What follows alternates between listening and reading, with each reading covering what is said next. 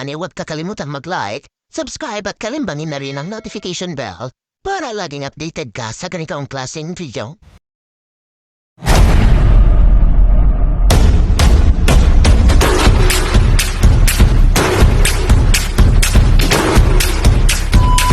Ang pagdami ng presensya ng mga upper code ng China sa exportasyon na kung saan umabot humadu ito sa record high na 82 banta per coup ng mula sa China. Pasama ang 11 warships ayon sa Armed Forces of the Philippines.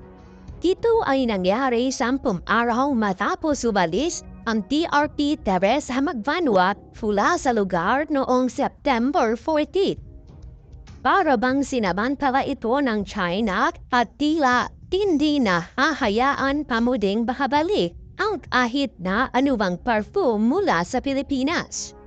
Kasabay nito, isang Chinese research vessel, ang Hayang DC-12 Tau, ay ninadlalay at malapit sa baybayin ng Palawan kasama ang 6 na barkong milisya.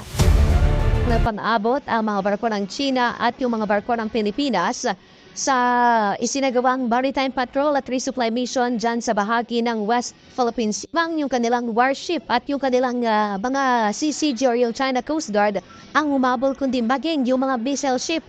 Ang barko or yung aeroplano naman ng BFAR na din ng laser mula sa missile ship ng China.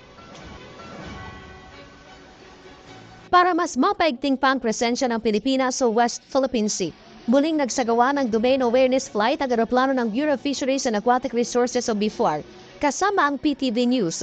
Unang isinagawa ang routine patrol sa bahagi ng Pag-asa Island, pero hindi pa man tuluyang nakakalayugat sumulpot ang 2 barko ng China. Una dito Aljo ang Chinese Coast Guard na may bow number 5202. Kasunod lamang nito ang barkong pandigma ng China o ang kanilang People's Liberation Army Navy o PLAN sa layong 25 nautical miles mula sa coastline ng Palawan. Kinabukasan, Setyembre 27, muling itinuloy ng BFAR ang maritime patrol. Pasado alas 7 ng umaga Aljo, umalis ang balit na aeroplano ng BFAR mula sa mainland Palawan. Iroquois Reef at Hasa-Hasa Shoal naman ang target sa araw na ito. Pero sa layong 30 nautical miles mula sa coastline ng Palawan, muling namataan ang CCG 5202 at Plan 551. Naka-line formation ang mga ito na tila hindi na rin umaalis sa lugar. Nagpadala ng radio challenge ang aeroplano ng BFAR pero walang tugon dito ang mga barko ng China.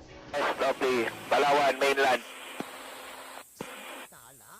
What is your intention inside the Philippine Exclusive Economic Zone? You are inside the Exclusive Economic Zone of the Republic of the Philippines at just 30 nautical miles west of the Palawan mainland.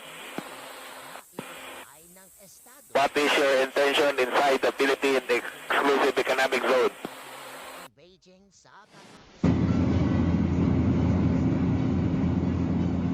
Pasado alas 8 naman ng umaga nang marating ang aeroplano ng BFAR ang Iroquois Reef.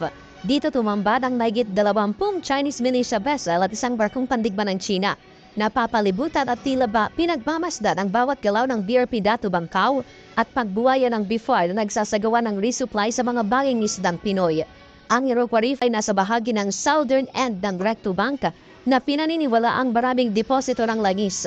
Pasado alas 11 naman ang marating ng BFAR plane ng bahagi ng Hasa-Hasa Shoal kung saan magsasagawa rin ng resupply mission ang dalawa pang barko ng BFAR na BRP Dato Romapenet at Taradapit.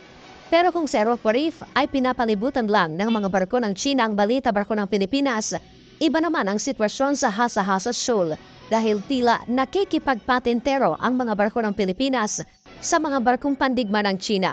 Tinantanan lamang ang mga barko ng BFAR matapos mag-radio challenge. Ang BFAR plane hindi lamang ang barko ng BFAR ang pinagdiskitahan ng mga missile ship ng China. 3 beses din kasi nitong tinira ng laser ang BFAR plane kung saan ito ang bahagi ng radio challenge ng BFAR plane. Vessel, you are endangering our safety. Do not fire laser on our aircraft. Huwag kalimutang mag-subscribe, i-click ang bell icon at i-share ang ating video. Maraming salamat po!